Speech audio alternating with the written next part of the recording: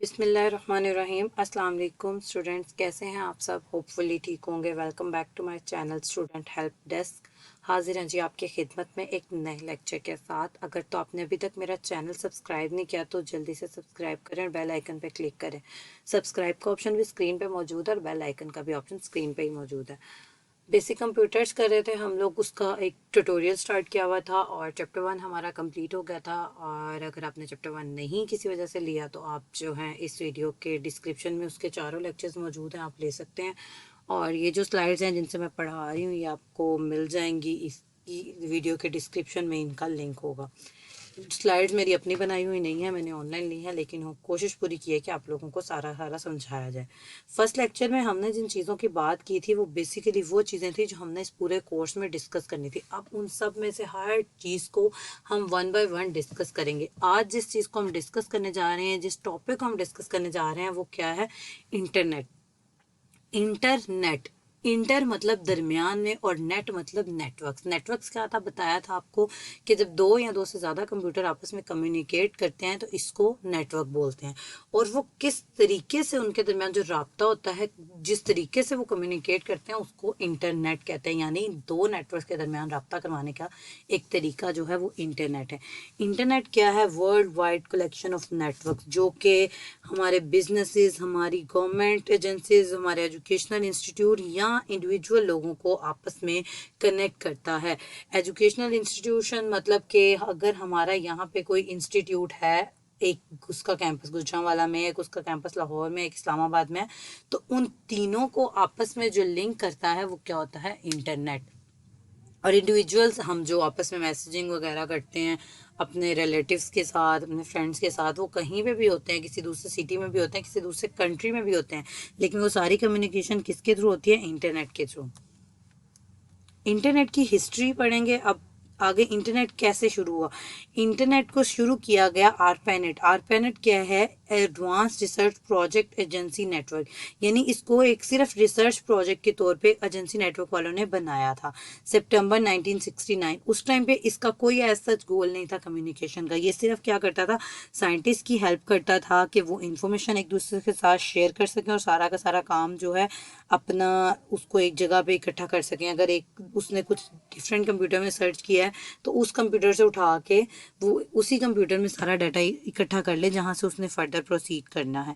और अगर जो है ये होता है कि इसकी सारी कॉपीज रख लेते थे वो लोग अपने काम की, और वो अगर कोई एक नेटवर्क या एक सिस्टम खराब हो जाता है तो किसी दूसरे सिस्टम में जो डाटा होता है वो सेव होता है, जिसको अब हम आज के दौर में बैकअप का नाम देते हैं। तो ये होता है कि साइंटिस्ट अपना सारा डाटा, जितने साइंटिस्ट होते हैं, एक साइंटिस्ट होता है, अगर जब रिसर्च प्रोजेक्ट कर रहे होते हैं तो बहुत सारे लोग मिलकर एक ही टॉपिक पे काम कर रहे होते हैं। तो क्या होता है, वो जो सब अपने अपने सिस्टम पे काम कर रहे होते हैं ना, उन सब ने एक दूसरे के साथ कम्युनिकेट किया होता है और वो दूसरों का काम भी अपने सिस्टम पे एक्सेस कर रहे होते हैं। और इस तरह एक ही जैसा काम हर किसी के सिस्टम पे सेव हो जाता है। और जब वो सेव हो जाता है, अगर किसी एक का सिस्टम करप्ट हो जाता है या उसको में कोई प्रॉब्लम आ जाती है तो जो कोई दूसरा है वो उससे अपना बैकअप एक्सेस कर सकता है। ठीक है। आगे आर पेरेंट बिकम्स फंक्शनल। अब आर पेरेंट पहले तो सिर्फ आर पेरेंट कह रही हूँ, सॉरी, आर पेरेंट वो पहले तो सिर्फ बनाया गया था साइंटिस्ट के लिए, फिर आहिस्ता आहिस्ता 1969 में वो फंक्शनल हो गया। पहले सितंबर 1969 में उसको बनाया और फिर उसको फंक्शनली जब तो उसको यूज़ किया तो वो वाकई वो काम करने लग गया उसको जिस पर्पज़ के लिए बनाया था। अब उन्होंने क्या किया कि 1984 में आरपेनेट के साथ उन्होंने 1000 इंडिविजुअल कंप्यूटर कनेक्ट कर दिए, मोर देन 1000 कंप्यूटर जिनको कनेक्ट कर दिया एज अ होस्ट, यानी एक नेटवर्क के साथ कनेक्ट कर दिया। वो उस नेटवर्क उनका मेज़बान है और जो वो सारे थे वो मेहमान थे और वो नेटवर्क को यूज़ कर सकते थे। मोर देन जो 1000 कंप्यूटर्स थे वो उस नेटवर्क को यूज़ कर सकते थे। अब क्या हुआ, 1986 में एनएसएफ यानी नेशनल साइंस फाउंडेशन ने अपने नेटवर्क को पेनेट के साथ कनेक्ट किया और उस दोनों को जो कनेक्ट कर लिया उन्होंने, उसको कहा गया इंटरनेट। जब उन दो नेटवर्क्स ने, आरपेनेट एक अलग जगह पे एक अलग इंस्टीट्यूट में बनाया गया नेटवर्क था और जो है नेशनल साइंस फाउंडेशन नेटवर्क उन्होंने एक अलग जगह पे, वो एक अलग ऑर्गेनाइजेशन में बनाया गया नेटवर्क था। तो दोनों ऑर्गेनाइजेशन ने आपस में इंटरकनेक्ट कर लिया और वो जो था वो नेटवर्क बन गया इंटरनेट। अब क्या हुआ, 1995 में एनएसएफ ने अपना नेटवर्क अलग करके उसको सिर्फ रिसर्च वर्क के लिए जो है यूज़ कर लिया, और अब जो था अकेला रह गया था आरपैनेट, उसको इंटरनेट 2 का नाम दे दिया गया 1996 में, उसमें जो चेंजेस थे रिक्वायर्ड वो करके। और आज के दौर में more than 550 million host connect to the internet, more than 550 लोग हैं जो इंटरनेट को यूज़ कर रहे हैं, 550 मिलियन, बड़ी एक नंबर ऑफ पीपल हैं जो कि यूज़ कर रहे हैं आज के दौर में इंटरनेट को। तो ये बेसिकली शुरू कहाँ से हुआ था, एक ऑर्गेनाइजेशन से। एक ऑर्गेनाइजेशन ने इसको सिर्फ रिसर्च प्रोजेक्ट के लिए एक सिस्टम डेवलप किया था जिसमें उन्होंने सिर्फ अपने ही लोगों को कनेक्ट किया था, और अब हम वर्ल्ड वाइड लोगों के साथ कनेक्ट हो सकते हैं उस ऑर्गेनाइजेशन की वजह से। ठीक है, अब क्या हुआ कि शुरू पे जो था हर ऑर्गेनाइजेशन अपने नेटवर्क की मेंटेनेंस की जिम्मेदार होती थी। तब हर जिसने जो जो नेटवर्क बनाया था वो अपनी मर्जी से जो है नेटवर्क बनाती थी और उसको ही अपनी मर्जी से हैंडल करती थी।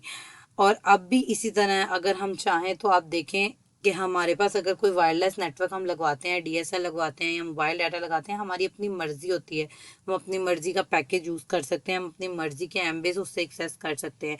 तो ये हमारी अपनी मर्जी से, अब हम सब अपने नेटवर्क को जो है होस्ट कर रहे हैं, हम सब उसको अपनी मर्जी से यूज़ कर रहे हैं। लेकिन तब क्या था कि देखो, अगर एक ऑर्गेनाइजेशन के साथ 100 कंप्यूटर कनेक्टेड है तो जो मेन था ना आरपैनेट, वो ही सबको सप्लाई कर रहा था। और हम सब में से अगर 100 लोग हैं तो 100 में से कोई 99 अगर अपनी मर्जी से काम करना चाह रहे हैं, उसकी मर्जी से काम करना चाह रहे हैं, और एक बंदा कहता है कि मैं अपनी मर्जी से काम करना चाह रहा हूँ, तो ऐसा नहीं था हो सकता तब। ठीक है, उसके बाद क्या है, इंटरनेट 2 जो है आजकल 200 यूनिवर्सिटीज, मोर देन 200 यूनिवर्सिटी और 150 कंपनीज को प्राइवेट नेटवर्क दे रहा है हाई स्पीड पे। प्राइवेट नेटवर्क क्या होता है, हर किसी नेटवर्क की यूनिवर्सिटी की या ऑर्गेनाइजेशन की अपनी डोमेन होती है, जैसे .pk.com, ये डोमेन इनके, ये इनके प्राइवेट नेटवर्क्स हैं। ये हमारे नहीं होते, इंडिविजुअल लेवल पे नहीं होते, ये ऑर्गेनाइजेशनल लेवल पे होते हैं। तो इंटरनेट ही है जो इन सबको ये डोमेन्स प्रोवाइड कर रहा है। ठीक है, अब उन्होंने आगे बताया है कि जो होम यूज़र्स होते हैं, स्मॉल बिजनेस यूज़र्स होते हैं, वो इंटरनेट के साथ कनेक्ट होते हैं। और ये नीचे इंटरनेट की कुछ टाइप्स हैं। केबल इंटरनेट सर्विस, पहले क्या होता था, आप अपने जो अब तो खैर ये बहुत कम लोग यूज़ करते हैं एथरनेट नेटवर्क। हमारे कंप्यूटर्स के साथ एक एथरनेट वायर लगती थी डिवाइस के साथ से, तो वो हम जो है उसके साथ कनेक्ट करते थे डीएसएल के साथ, और फिर जो था वो देता था हमें सिग्नल। ठीक है, और अब क्या, अब वायरलेस यूज़ हो रहा है बिल्कुल। हम डीएसएल कहीं पे भी रखा होता है और हम वाईफाई कनेक्ट करते हैं, उसके सिग्नल्स को एक्सेस करते हैं, और हमारा डीएसएल अगर दूसरे रूम में या दूसरे फ्लोर में भी पड़ा होता है तो हम नीचे बैठ के नीचे वाले फ्लोर में, ऊपर वाले फ्लोर में या छत पे जाकर, अगर वो कहीं पे भी साइड पे होकर, हमारी एक रेंज होती है वाईफाई की उसके सिग्नल्स की, तो हम वहां तक उसको यूज़ कर सकते हैं। ठीक है, और सेलुलर रेडियो नेटवर्क है, फिक्स्ड वायरलेस होते हैं, सैटेलाइट इंटरनेट सर्विसेज होती हैं, ये सारी की सारी सर्विसेज इंटरनेट की प्रोवाइड की होती हैं। सैटेलाइट के थ्रू वो बड़े बड़े एंटीनाज लगते हैं, आपको सर्विस प्रोवाइड करते हैं। कुछ रेडियोज होते हैं जो अगर रेडियो आप चलाते हैं तो उसके थ्रू भी आपको सर्विस मिलती है इंटरनेट की। जैसे आजकल एलसीडीज में नेट लगा होता है, और आप जब एलसीडी को चलाते हो तो आप उससे भी कनेक्ट कर सकते हो अपने आप को। फाइबर टू द प्रेमिसेस, ये क्या होता है, एफटीटीपी, ये हमारी कुछ वायर्स होती हैं, मोटी मोटी वायर्स लगती हैं, और इसके थ्रू भी हम लोग जो है इंटरनेट से कनेक्ट हो सकते हैं। ठीक है, एक्सेस प्रोवाइडर। अब एक्सेस प्रोवाइडर क्या होता है, एक्सेस प्रोवाइडर एक ऐसा असिस्टेंट है जो कि लोगों को फ्री या फी पे इंटरनेट प्रोवाइड करता है। अब क्या होता है, हम लोग यहाँ पे अब देखो पीटीसीएल वाले हैं या मोबाइल नेटवर्क वाले हैं, जैज वाले हैं, वारिद वाले हैं, या जो भी है जोंग वगैरह कोई भी, तो वो लोग क्या करते हैं, वो आपको डाटा पैकेजेस देते हैं जिसके वो आपसे कुछ चार्जेस लेते हैं, और आप जो है उनको यूज़ करते हैं। समटाइम्स ऐसा होता है आपको फ्री में भी वो कोई एमबीज वगैरह ग्रांट कर दिए जाते हैं। इसी तरह पीटीसीएल है, तो पीटीसीएल से आप अगर डिवाइस खरीद के लाते हो तो वो फर्स्ट टाइम पे आपको कुछ और देते हैं, रायत वगैरह के, इतनी फ्री है और ये वो। ना भी हो तो ये होता है कि जब आप लेकर आ जाते हो उसके बाद आप चाहो तो कोई आपको शफलिंग वगैरह इतने यूसेज पे कुछ एमबीज मिलते हैं फ्री, कुछ जीबीज भी मिल जाते हैं, तो वो सारा फ्री या फॉर अ फी आपको इंटरनेट प्रोवाइड किया जा रहा होता है। आईएसपी क्या होता है? आईएसपी इंटरनेट सर्विस प्रोवाइडर को कहते हैं, यानी हमारा पीटीसीएल या हमारी कंपनीज। ये क्या होता है कि एक स्पेसिफिक जियोग्राफिकल एरिया, जो रीजनल आईएसपी होता है वो क्या होता है, सिर्फ एक स्पेसिफिक जियोग्राफिकल एरिया होता है उस पर सर्विस प्रोवाइड करता है। जैसे अगर गुजरांवाला का आईएसपी नेटवर्क है तो वो सिर्फ गुजरांवाला में ही देगा, लेकिन अगर नेशनल आईएसपी है तो वो क्या करेगा, सिटीज को एक दूसरे के साथ कनेक्ट करेगा, नेशन वाइड टाउन को एक दूसरे के साथ कनेक्ट करेगा। ठीक है। ऑनलाइन सर्विस प्रोवाइडर क्या होते हैं, इसमें मेंबर ओनली फीचर्स होते हैं, यानी हर किसी को इसके साथ मेंबरशिप करनी पड़ती है। ऑनलाइन सर्विस प्रोवाइडर के साथ कोई फी पे करके मेंबरशिप होती है, जिसने मेंबरशिप बाय की होती है सिर्फ वही अपने फीचर्स यूज कर सकता है। कुछ उन्होंने नाम लिखे हैं, जैसे माइक्रोसॉफ्ट वालों ने मेंबरशिप की हुई है, अमेरिका ऑनलाइन वालों ने की हुई है। तो माइक्रोसॉफ्ट तो अमेरिका वाले तो चलो वो जाहिर है अमेरिका में यूज होगा, लेकिन माइक्रोसॉफ्ट तो आप यूज करते हैं, माइक्रोसॉफ्ट वर्ड और ये सारी, जो माइक्रोसॉफ्ट वालों ने भी एक ऑनलाइन सर्विस प्रोवाइडर के साथ मेंबरशिप की हुई है और वो ऑनलाइन सर्विस प्रोवाइडर को यूज़ करते हैं।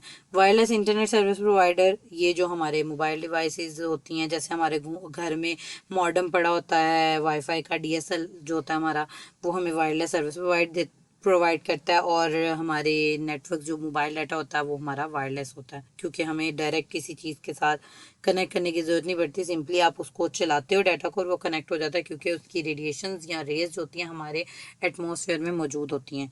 ठीक है। ये उसका एक प्रॉपर प्रोसीजर है कि सबसे पहले आप एक डीएसएल नेटवर्क घर में लाते हो, फिर उसको कनेक्ट करते हो, फिर उसको अपने सिस्टम के साथ कनेक्ट करते हो, फिर उसके साथ वो सारा वो लोड होता है, उनके बैक एंड पे सारा डाटा जाता है, फिर वो बैक एंड से लाकर आपको फ्रंट एंड दिखा देता है। ठीक है। अब आईपी एड्रेस क्या होता है? आईपी एड्रेस एक नंबर है किसी भी डिवाइस का जो इंटरनेट के साथ कनेक्ट होती है, और हर डिवाइस, हर कंप्यूटर का अपना आईपी एड्रेस होता है। डोमेन क्या होती है? डोमेन एक टेक्स्ट वेरिएंट होता है आईपी एड्रेस का। इसको टॉप लेवल डोमेन भी इसमें कुछ होती हैं जो कॉमन होती हैं, जैसे .com कॉमन डोमेन है बहुत सी चीज़ों के साथ, google.com, facebook.com, instagram.com। ये जो .com वाली डोमेन होती है टॉप लेवल होती है, क्योंकि ये कॉमन डोमेन होती है। ये होता आईपी ही है एक तरह से, लेकिन ये इस टेक्स्ट फॉर्म होती है आईपी की। ठीक है। डीएनएस सर्वर क्या होता है? ट्रांसलेट करता है डोमेन नेम को आईपी एड्रेस। डीएनएस सर्वर एक लगा होता है, डोमेन नेम सिस्टम इसको कहते हैं। तो ये सर्वर कनेक्टेड होता है हमारे सिस्टम्स के साथ, और वो हमारे जो इंग्लिश वाली टेक्स्ट वाली आईपी एड्रेसेस होते हैं, डोमेन नेम्स होते हैं, उनको ट्रांसलेट कर देता है नंबर वाले आईपी एड्रेस में। और हर किसी का आईपी एड्रेस डिफरेंट होता है। इंशाल्लाह आपको ये भी बताएंगे कि आप अपने सिस्टम का आईपी एड्रेस कैसे चेक कर सकते हैं। ये कुछ जेनरिक टीएलडी हैं, यानी कॉमन टीएलडीज हैं, और ये क्यों क्यों यूज़ होती हैं ये इतनी कॉमन आपके लिए ज़रूरी नहीं है, लेकिन फिर भी थोड़ा बहुत इनमें जो कॉमन यूज़ होती हैं वो बता दें। ईडीयू ये एजुकेशनल इंस्टीट्यूट यूज़ करते हैं। .pk हमारी पाकिस्तान की होती है। .com कमर्शियल ऑर्गेनाइजेशन या किसी बिजनेस के लिए यूज़ होती है। GOV ये गवर्नमेंट एजेंसीज के लिए यूज़ होती है। ठीक है। टेल किसी इंटरनेट कम्युनिकेशन नेटवर्क के लिए यूज़ होती है। और बाकी इसी तरह इन्फो में कोई इन्फॉर्मेशन होती है, ये आप देखेंगे तो आपको समझ आ जाएगी, स्लाइड्स आपको मिल जाएंगी। ये आज का लेक्चर था, इंटरनेट क्या होता है और इंटरनेट की हिस्ट्री क्या है। होपफुली आपने एंजॉय किया होगा। अगर मज़ा आया तो लाइक करें और कमेंट करें और चैनल को ज़्यादा से ज़्यादा सब्सक्राइब करें। इंशाल्लाह फिर मिलेंगे एक नए लेक्चर, नए वीडियो के साथ। अल्लाह हाफिज़। Thank you so much for listening.